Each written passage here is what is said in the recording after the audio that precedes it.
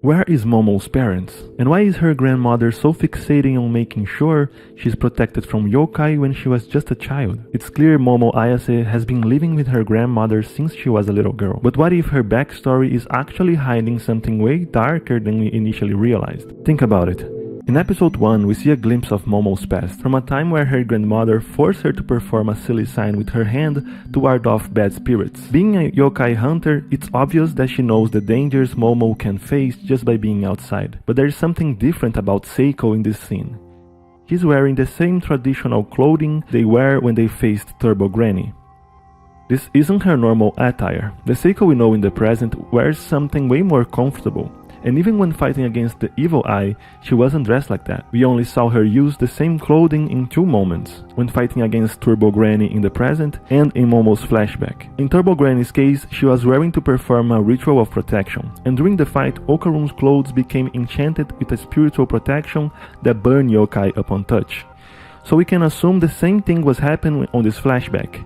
Seiko was wearing her traditional clothes to perform a ritual to protect Momo from a powerful yokai. So what if Momo's parents were targeted by this same yokai? I mean targeted because we saw how Momo's house is protected by anti-yokai barriers. And the moment the barrier fell, a powerful yokai attacked the house almost instantly. When we realize how powerful yokai can be even for yokai hunters, it isn't all that far-fetched to theorize that Momo's parents probably died because of one. Similar to what happened to Gigi's parents, but in that case, they got saved last minute. That would explain Seiko's protective ritual during Momo's childhood. She's doing it based on a recent tragical loss of her daughter and son-in-law.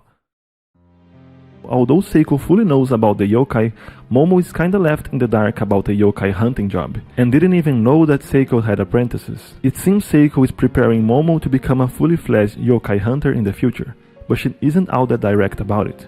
In the past, Seiko was probably teaching Momo's mother, and her death by a yokai changed how Seiko approached her family, leaving Momo to live a normal life instead of directly taking her as her apprentice. But as we know, Momo gets entangled in a fight against Turbo Granny and unlocks psychic powers that not even Seiko herself has. So it becomes inevitable that Momo will follow her mother's steps and become a yokai hunter herself. So what does this supposed tragic past tells us about Momo as a character? Welcome to a running series called Understanding Dandadan. My name is Kepler, and today we're talking about how Momo's invisible backstory shaped her entire personality. Momo's obsession with Ken Takakura might look like a gag at first, just a teenage crush on an old actor, but the way she acts like him as much as he adores him shows it's deeper than that. This is where Carl Jung's idea of the animus comes in. The inner masculine model a girl forms in the childhood. Normally, the model is shaped first by her father, but Momo never had a father figure, so her idea of masculinity had to come from somewhere else. Instead of learning it from a parent, she found it in a fictional idol. That explains both sides of her fixation, the attraction to Ken as an ideal and her tendency to mimic his bold and protective attitude. The story shows how this plays out in her relationships. She's drawn to boys who seem strong and assertive, even when their flaws are obvious, like the delinquent she dated before Okarun. That's the risk of an idealization. When the animus develops in the absence of a father, it can distort into an idealization of symbols rather than real people. Now, don't get me wrong, having a crush on an idol is not an indication of an underdeveloped animus directly, but Momo is not only using Ken as a role model and criteria for dating, she acts like him.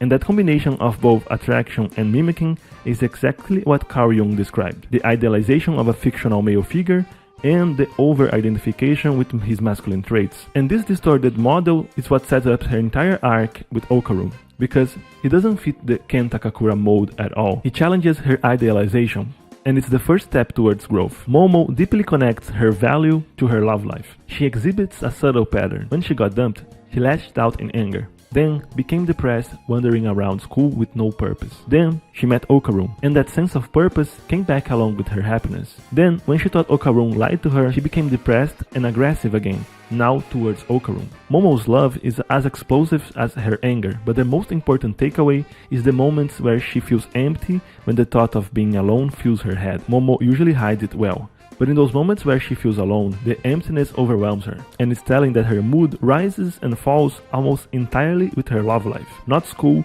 not friendships. That's what happens when love fills the hole left by missing parents. It becomes the only anchor holding your self-worth. But it's not like Momo grew up entirely without parents.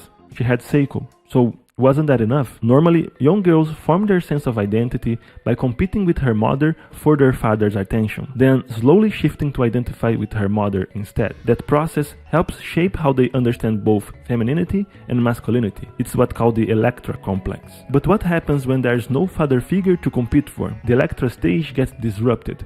Instead of working through those early attachments, the girl may later seek fatherly qualities in other men, or she might lean more heavily on her mother or female role models. For Momo, this absence creates two clear outcomes we see in the story. She idealizes fictional men, and she tries to embody those same traits herself, becoming bold, protective, and even controlling. Writers often use this pattern in fiction because it creates characters who love fiercely but also struggle with jealousy and control. That's exactly Momo. So this character trait that looks like a joke on a surface level is actually rooted in deep psychological patterns. Her entire arc is about deconstructing the idol she built in place of her father, and learning to find value in herself outside of romance. Compared to the rest of the cast, Momo seems almost flawless on the surface. But when you notice how her self-worth depends on love, you see the subtle vulnerability underneath. That hidden crack is what makes her growth so compelling, and why her boldness, even when it gets messy, feels heroic. Now, if you see Momo grab Okarun and think, yeah, that's me, the overprotective thing, the jealousy, the way she tries to control situations because everyone else is moving too slow, most people will tell you that these are problems to fix. I think they are just misdirected strengths. Momo gets jealous when other girls talk to Okarun. Jealousy happens when your entire sense of worth depends on one person's attention. You need other things in your life that makes you feel valuable. Friends, hobbies, skills you are proud of. When your life has multiple sources of meaning, losing one person's focus won't destroy you. Momo tries to manage everyone because she sees problems coming, and maybe you empathize with that. You see a friend dating someone terrible, or your sibling making bad money decisions, and you can see exactly what they should do, but they won't listen because advice feels like judgment. In these moments, questions work better. Let them talk through the problem instead of solving it for them. Momo acts tough because vulnerability is dangerous. You may think if people see your weakness, they might leave, but walls keep everyone out, including the people worth knowing. You don't have to bare your soul to strangers. Pick one person. Admit when you are struggling. Ask for help for something small, and see what happens. You may empathize with her protective instincts also. You want to shield people from pain, and that makes sense. You can handle more than most people, so why shouldn't you take on their problems too? The reason is because solving someone else's problems for them make them weaker. Support looks different than rescue. I believe you can handle this works better than let me fix it for you. Sometimes by protecting someone from suffering, you are also taking away her growth. If you relate to Momo, you love hard, and sometimes it makes you go crazy. You see problems before they explode. You notice when people are hurting. You want to help, and these instincts are valuable. You just need to channel them better. Love people without controlling them. Care without losing yourself. Protect without possessing. Your heart works fine. You just need better tools for using it. That's it for this video. See you next time.